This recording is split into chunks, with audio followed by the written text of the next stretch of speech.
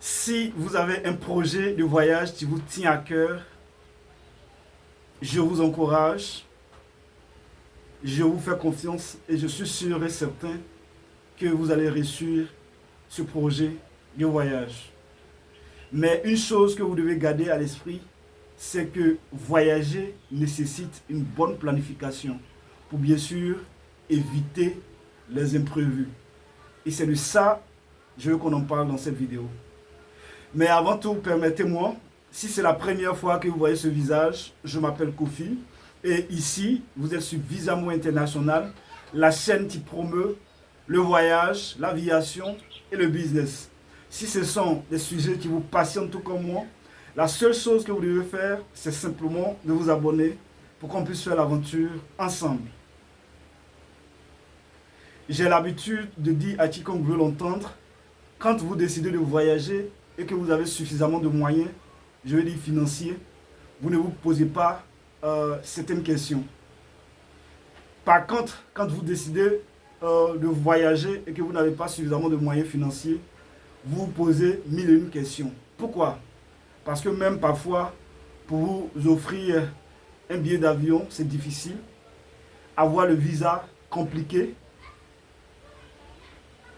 Et même là où vous allez vous loger, c'est tout un tas de problèmes. Surtout quand vous n'avez aucune relation dans le pays où vous voulez vous expatrier.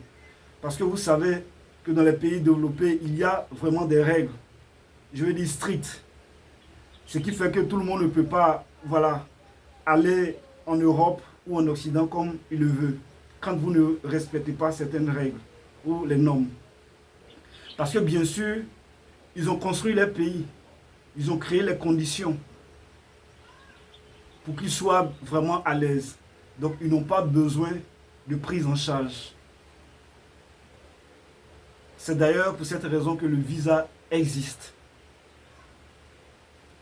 Donc, les Occidentaux et autres, quand vous partez chez eux pour dépenser votre argent, là, on vous donne le feu vert. Mais quand vous ne faites rien, c'est parfois difficile. Et c'est le problème pour lequel parfois on nous refuse le visa. Ce n'est pas parce qu'ils n'ont pas envie qu'on aille chez eux.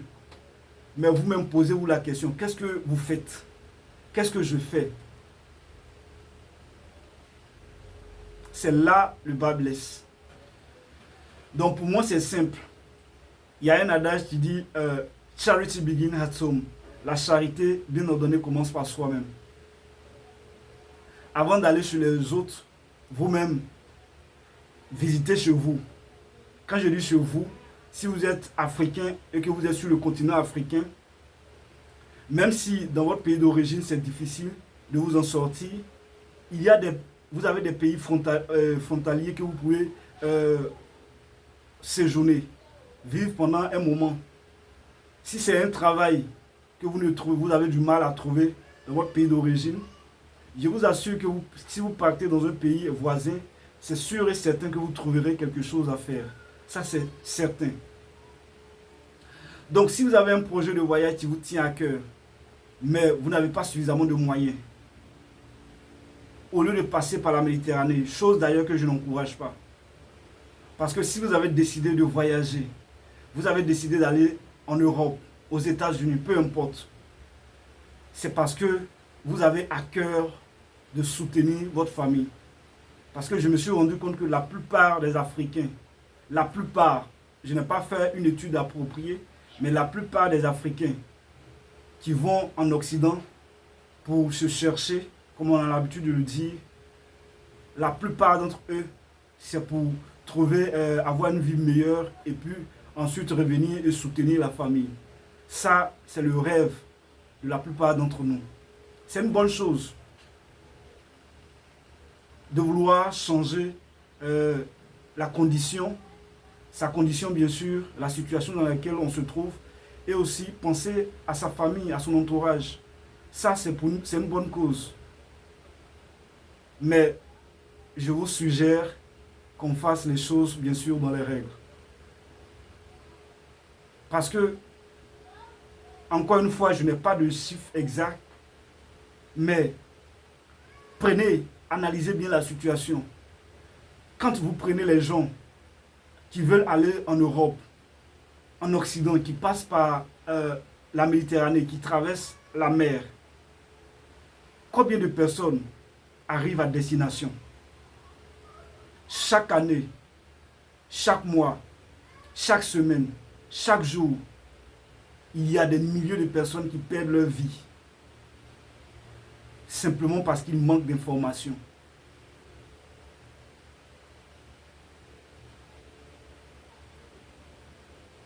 Alors que même si vous n'avez pas suffisamment de moyens d'y aller en étant dans votre pays d'origine, ce que je conseille aux gens, vous pouvez aller dans un pays voisin, au risque de me répéter bien sûr. Vous travaillez, vous donnez, vous fixez un objectif, un délai. Je pars dans ce pays, travailler, voilà, je me donne un délai de 2 ans, épargner, économiser de l'argent et ensuite, voilà, faire tout ce que je peux faire pour pouvoir arriver à destination. Parce que le plus important dans la vie, c'est la fin qui compte. Ce n'est pas le début.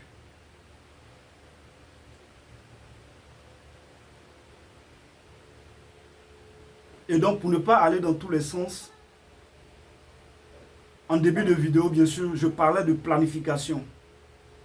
Personnellement, ce que je fais, quand je décide de voyager d'un pays à un autre, je planifie tout à l'avance. Je peux prendre 6 mois, 5 mois, 4 mois, ça dépend. Étudier ce pays, la cherté de la vie, la monnaie, maîtriser la monnaie avant même que je sois sur le terrain. Essayer de convertir la devise, soit si je suis dans un pays où on utilise le franc CFA, j'essaie de convertir le franc CFA soit en dollars. Si c'est dans un pays où je veux partir et qu'on utilise le dollar, 10 dollars, combien ça 10 dollars, combien, quand je convertis en franc CFA, combien est-ce que ça coûte? Et en fonction de ça, je fais mon calcul et puis je fais une prévision. Combien est-ce que j'ai besoin pour pouvoir vivre pendant telle période avant peut-être d'avoir quelque chose à faire, soit un job, un truc comme ça. Sans toutefois oublier aussi mon appartement, parce que quand vous décidez d'aller, de séjourner dans un pays, vous avez besoin de vous loger et vous avez besoin certainement d'un appartement. Donc je prévois tout ça à l'avance. Le coût des loyers, s'il n'est pas suffisamment de moyens. Par exemple, je peux prévoir 100 dollars pour chaque mois. Donc, si 6 mois, ça fait combien? 600 dollars. 600 dollars, quand tu convertis en francs CFA, ça va dans l'ordre de 300 000 francs par là. Argent de poche, pendant ces 6 mois, combien j'ai besoin pour vivre? Donc, étudier le pays prend en compte toutes ces choses-là.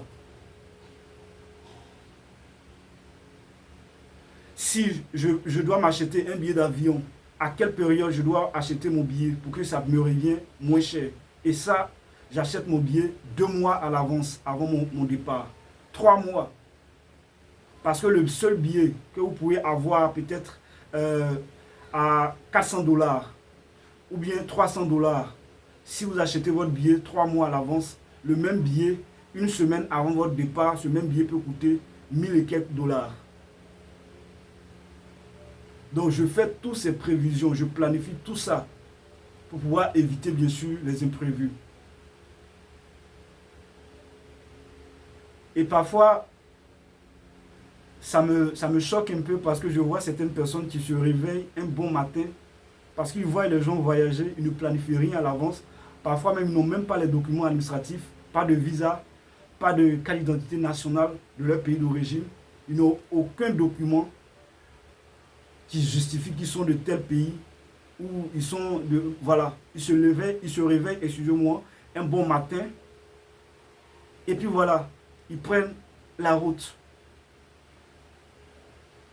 Dans la vie, c'est vrai, tout le monde prend des risques.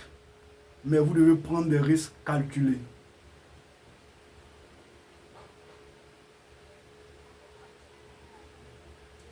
Et aujourd'hui, certainement, peut-être que vous ne le savez pas, vous pouvez créer quelque chose, même si ce n'est pas dans votre pays d'origine, mais vous pouvez aller dans un pays, comme je le disais, créer quelque chose, essayer de travailler sur un projet, un petit business, 1 an, 2 ans. Quand vous commencez à avoir de l'impact, vous partez à l'ambassade pour demander un visa. C'est rare qu'on vous refuse parce qu'on sait que vous faites quelque chose. Mais vous ne faites rien. Rien. Et vous voulez aller demander le visa. Comment est-ce qu'on va vous accorder le visa?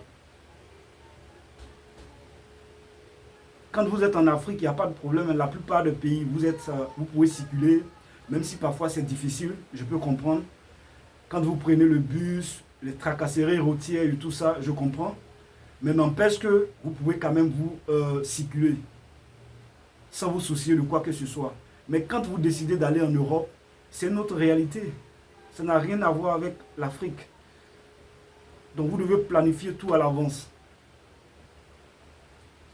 Personne ne peut vous empêcher de vivre là où vous voulez vivre. Chacun de nous est libre de vivre sur la planète Terre là où il veut vivre. Mais faites les choses dans les règles. Personnellement, quand je vais dans un pays, la première des choses que je cherche à faire, c'est d'avoir les papiers, les documents qu'il faut pour pouvoir vivre librement dans ce pays. Je veux dire circuler librement sans m'inquiéter de quoi que ce soit. Parce que quand vous vivez dans un pays et que vous vous cachez, pour moi, ça ne fait pas sens. De un, on ne vous a pas chassé de chez vous. Donc pourquoi vivre ainsi? En tout cas, comme je le disais, au moins mon souhait, c'est que vous puissiez réussir votre projet de voyage. Je serai le plus heureux. Mais faisons les choses dans les règles. Ça ne sert à rien de traverser la Méditerranée en risquant votre vie. Et ce que j'ai constaté, c'est que la plupart d'entre nous manquons d'informations. Parce que quand j'analyse la situation, la plupart, nombreux, sont ceux qui passent par la Méditerranée. Ce n'est pas parce qu'ils n'ont pas les moyens financiers. Certains même ont des centaines de millions dans leur poche. Mais parce qu'ils n'ont pas suffisamment d'informations, ils se disent parce qu'ils n'ont aucune relation. Pour bien sûr, parlant de visa, la seule alternative, la seule option, c'est de passer coûte que coûte par la Méditerranée pour pouvoir arriver à leur destination. Et là, je vous arrête tout de suite parce que ce n'est pas la meilleure des choses à faire.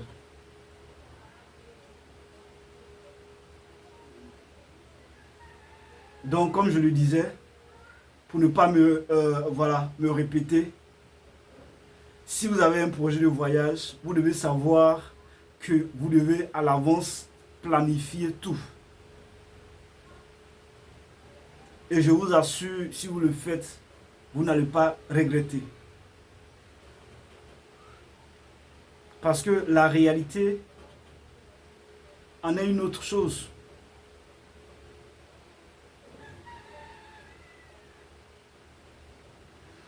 Encore, ce que je voudrais aussi dire à peut-être ceux qui ont un projet de voyage, quand vous décidez de voyager de nos jours, nous sommes au 21e siècle et tout le monde a accès aux réseaux sociaux, à Internet.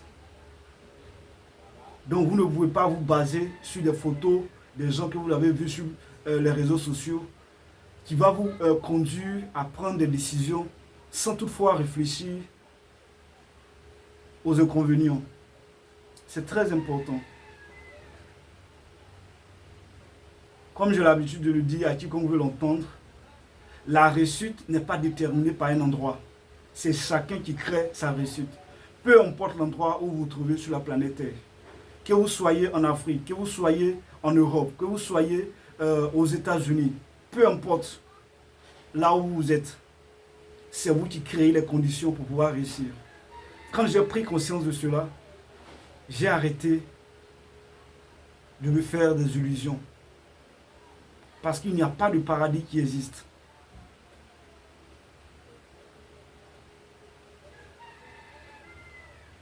Il y a la souffrance partout. Que ce soit en Afrique. C'est vrai, nous avons nos réalités. Même en Europe, ils ont aussi leur réalité. Donc, peu importe l'endroit où vous allez partir sur la planète Terre, vous aurez toujours des challenges, des défis qui vous attendent. Vous aurez toujours des défis que vous allez être à mesure de surmonter.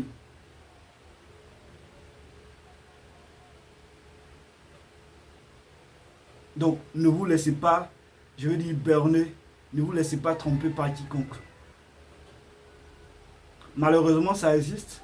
Il y a certains de nos aînés, quand ils partent en Europe, ils prennent des belles photos, ils postent ça sur les réseaux sociaux pensant que tout est rose en Europe.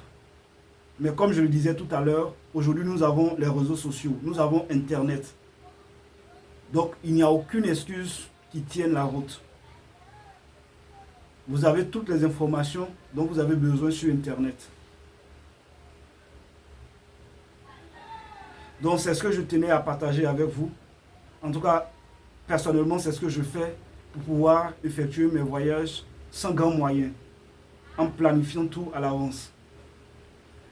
Donc si vous avez besoin peut-être d'informations, il ne faut surtout pas hésiter.